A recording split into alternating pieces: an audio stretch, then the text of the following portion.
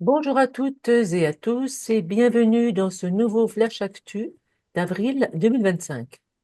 Pour ceux qui nous découvrent, les caisses primaires du Doubs et de la Haute-Saône vous proposent conjointement ce format mensuel que vous pouvez retrouver sur nos chaînes YouTube respectives. N'hésitez pas à vous abonner si cela n'est pas déjà fait. Je suis Nora Snemet, chargée de la relation entreprise à la caisse primaire de Haute-Saône. Je suis Valérie Méric, chargée de la relation entreprise à la Caisse primaire du Doubs. Sans plus attendre, nous vous proposons de découvrir les thématiques abordées lors de ce Flash Actu.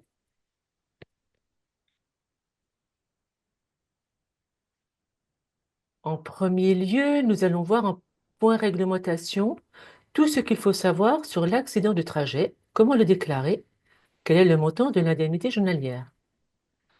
Point actualité, nous verrons le dépôt de pièces justificatives depuis votre compte entreprise, la modification du montant maximal de l'indemnité journalière pour les travailleurs salariés. Et enfin, la notification du taux ATMP 2025. Valérie, est-ce que tu peux nous présenter l'accident du trajet? Bien sûr, Nora. Alors tout d'abord, je vais débuter par une définition simple. Un accident de trajet est un accident qui survient à un salarié pendant son trajet normal entre le lieu de résidence et son lieu de travail, le lieu de travail est le lieu où le salarié prend habituellement ses repas, c'est-à-dire une cantine extérieure à l'établissement, un restaurant, pendant bien sûr ses jours de travail. Ces trajets sont des trajets protégés, pendant lesquels le salarié est lui-même protégé par le Code de la sécurité sociale. Maintenant, je souhaite vous apporter une information complémentaire concernant deux situations qui sont considérées comme des accidents de travail et non comme des accidents de trajet. La première situation, lorsqu'il s'agit d'un accident qui survient durant le trajet aller ou retour d'une mission. La seconde, l'accident survient entre le lieu de déroulement de formation et le lieu de travail du salarié. Maintenant, Valérie, comment fait-on pour déclarer un accident de trajet? Je vais tout expliquer, Nora. Bien entendu, tout d'abord, le salarié victime d'un accident de trajet a le devoir d'informer son employeur dans les 24 heures qui suivent l'événement. Le salarié doit également envoyer à sa caisse d'affiliation un certificat médical initial, que l'on appelle aussi CMI, qui va préciser deux choses, la nature des lésions ainsi que la latéralité. Ce certificat médical doit bien sûr être établi par un médecin prescripteur. Et éventuellement, ce certificat médical peut être accompagné d'un avis d'arrêt de travail. Sur cet avis d'arrêt de travail doit être précisée la date de l'accident de trajet.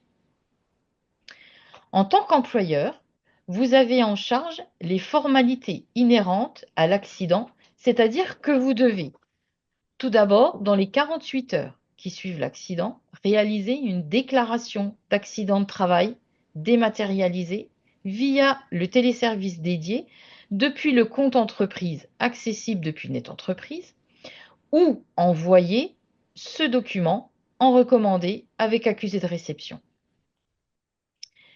Comme je vous l'ai précisé précédemment, s'il y a un arrêt de travail, vous devez nous envoyer une attestation de salaire pour que l'on puisse verser des indemnités journalières au titre accident de travail, en priorisant bien sûr le signalement des SN depuis votre logiciel de paye. Nous allons voir juste après les avantages de ce canal de transmission. Et bien sûr, vous avez toujours la possibilité de faire votre attestation de salaire via le portail Net Entreprise.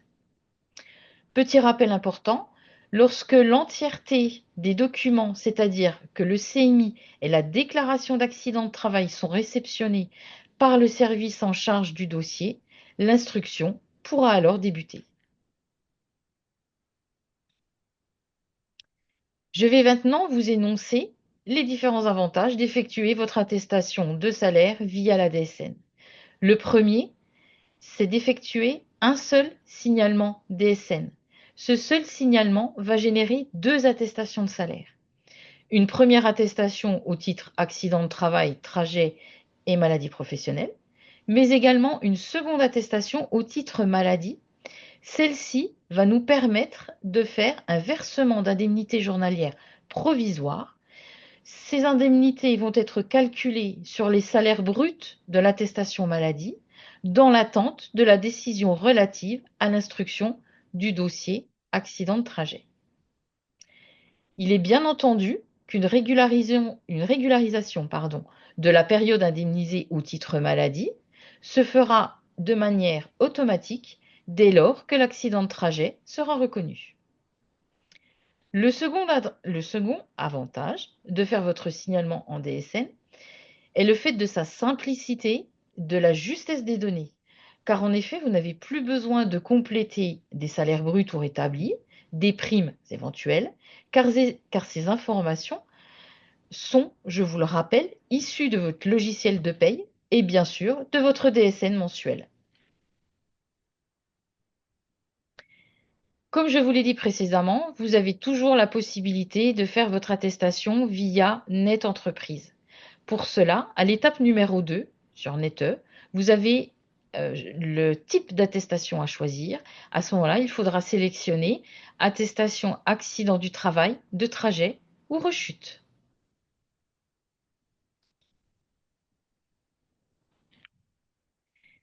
Maintenant, je vais vous expliquer comment est calculé le montant de l'indemnité journalière. L'indemnité journalière accident de travail, accident de trajet, maladie professionnelle est calculée de la même manière par la Caisse primaire d'assurance maladie à partir des seuls éléments contenus sur l'attestation de salaire qui nous est transmise. Cette indemnisation va évoluer car effectivement, pendant les 28 premiers jours d'arrêt de travail, l'indemnité est égale à 60% du gain journalier de base. À compter du 29e jour, elle est égale à 80% de ce gain journalier de base, sans dépasser le gain journalier net, qui est égal au salaire brut de référence, moins les 21% de cotisation. En cas de subrogation, ne jamais limiter les dates de l'arrêt de travail à l'arrêt initial ou aux prolongations. Les dates d'arrêt, les dates de subrogation qui doivent être indiquées doivent être en corrélation avec votre convention collective ou vos accords de branche. Pour rappel, si vous avez besoin d'effectuer une attestation rectificative pour, par exemple, modifier des salaires de référence, surtout réinscrivez la date de subrogation comme celle que vous avez indiquée sur votre attestation initiale. Petit rappel concernant le SIRET qui est égal à un RIB, c'est-à-dire que les coordonnées bancaires doivent être identiques pour chaque attestation effectuée pour des risques différents. Un RIB, un numéro de SIRET, voilà quelle est la règle à respecter. Nora, je crois que j'ai donné toutes les informations nécessaires concernant l'accident de trajet. Est-ce que toi, maintenant, tu peux nous expliquer comment effectuer un dépôt de pièces justificatives dans le compte entreprise? Bien sûr, Valérie, merci pour tes explications. Donc, nous allons parler maintenant des services relatifs au dépôt de pièces justificatives. Donc, c'est le compte entreprise qui se trouve sur le portail Net Entreprise. Donc, je vous rappelle le portail, ça permet de faire des envois simples, sécurisés, et ça permet également d'avoir un suivi. Vous allez ensuite sélectionner le compte entreprise depuis votre portail Net Entreprise. Donc, bien sûr, l'administrateur aura au préalable ajouté la déclaration compte entreprise et vérifier que les habilitations sont bien activées pour ce service. L'envoi des pièces jointes simplifié en un point d'entrée unique et sécurisé Le routage, donc l'envoi des flux, se fait de manière automatique vers la caisse gestionnaire du salarié. Alors, Nora, je crois que ce dépôt de pièces justificatives se fait en 3 clics, donc c'est très rapide. Tout à fait, Valérie. Donc, nous allons voir tout d'abord quelles sont les pièces qui sont acceptées pour faire l'envoi de pièces jointes. Alors, qu'est-ce qu'on peut envoyer? On peut envoyer un bulletin d'hospitalisation, on peut envoyer un extrait d'acte de naissance en cas de congé paternité, on peut envoyer un contrat d'apprentissage, un bulletin de salaire, bref, la liste n'est pas exhaustive. Donc, comment les envoyer à la caisse primaire? Donc, ce nouveau service qui est simple, rapide, comme je l'ai précisé, c'est un routage automatique, c'est-à-dire qu'il n'y a aucune caisse à sélectionner. L'envoi se fait directement à la caisse gestionnaire du salarié. Les numéros d'immatriculation et les noms sont certifiés et sont vérifiés. On peut modifier un dossier en cours et on peut consulter l'historique des dossiers transmis. Donc, ce dépôt de pièces est un service très simple, en 3 étapes. En premier lieu, je crée le dossier. En deuxième lieu, j'ajoute les pièces. Et enfin, j'envoie mes pièces jointes.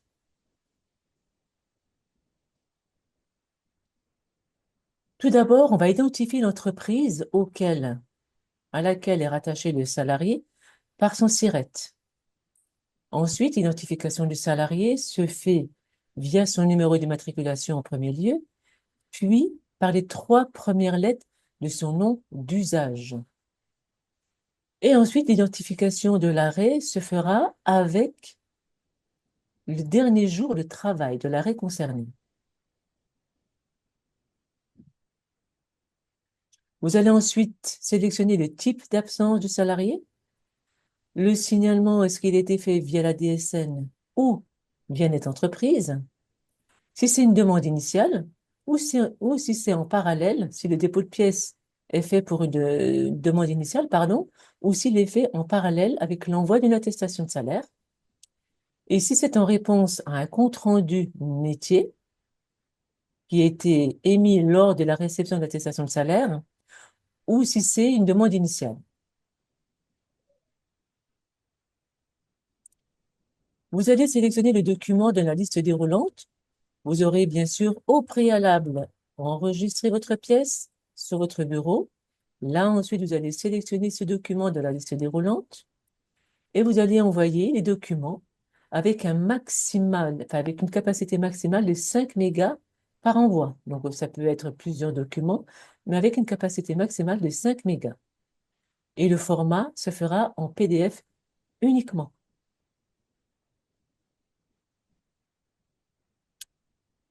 La possibilité vous est donnée de sauvegarder avant envoi pour vérifier les pièces, et également de vérifier les pièces une fois transmises, on peut aussi les compléter une fois que c'était transmis, et enfin de vérifier, de consulter l'historique des envois qui est disponible depuis le compte entreprise.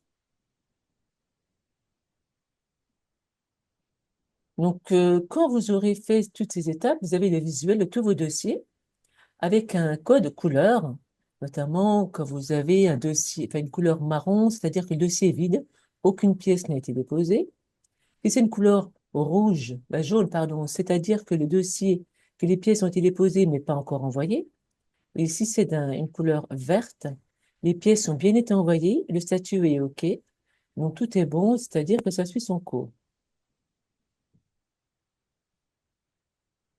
C'est déjà fini. L'envoi se fait directement à la caisse gestionnaire, donc vous sélectionnez aucune caisse. Le flux va s'adresser directement à la caisse qui gère le salarié de manière sécurisée, efficace et très simple. Merci Nora pour toutes ces explications. Maintenant, nous allons aborder 2 points d'actualité. Le premier, la modification du montant maximal de l'indemnité journalière maladie de base pour les travailleurs salariés. Au 1er avril 2025, et je vous assure que ce n'est pas un poisson, le plafond des revenus pris en compte pour le calcul des indemnités journalières diminue. ce qui a pour conséquence évidemment un montant d'indemnité journalière en baisse lui aussi. À partir du 1er avril 2025, l'indemnité plafonnée sera dorénavant de 41,47 € par jour.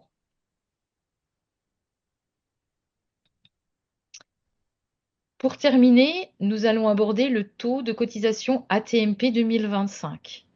Donc, les taux de cotisation sont applicables au 1er mai 2025 sans effet rétroactif. Cela veut dire que les taux 2024 restent applicables, bien sûr, jusqu'au 30 avril 2025. Les entreprises auront la possibilité de consulter leurs taux via deux procédés. Tout d'abord, dans le compte entreprise accessible sur Net Entreprise, après bien sûr la parution des arrêtés fixant les majorations, les taux collectifs et les taux moyens.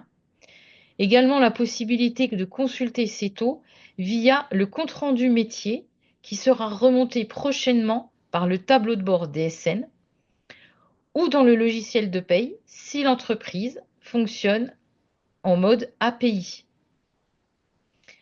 Nous vous avons également mis sur cette slide des liens utiles, notamment le lien Amélie et le lien Net Entreprise où vous pouvez retrouver ces informations. Merci Valérie, nous arrivons à la fin de cette vidéo. Nous vous avons remis les liens utiles ainsi que les contacts. Pour rappel, vous pouvez retrouver tous nos flashs actus sur les chaînes YouTube de la Caisse primaire de Doubs et la Caisse primaire d'Autun. N'hésitez pas à vous abonner. Vous pouvez également consulter la base de connaissances sur Net Entreprise. Vous pouvez consulter également des informations sur l'espace entreprise Amélie et contacter notre plateforme au 36 79 si vous avez besoin d'informations pour le suivi de vos dossiers. Nous espérons que ce Flash Actu vous a apporté des éléments d'information qui vont vous servir. Nous vous donnons rendez-vous pour le prochain Flash Actu et nous vous souhaitons une bonne journée et à très bientôt. Merci à vous. Merci à vous et à bientôt. Au revoir.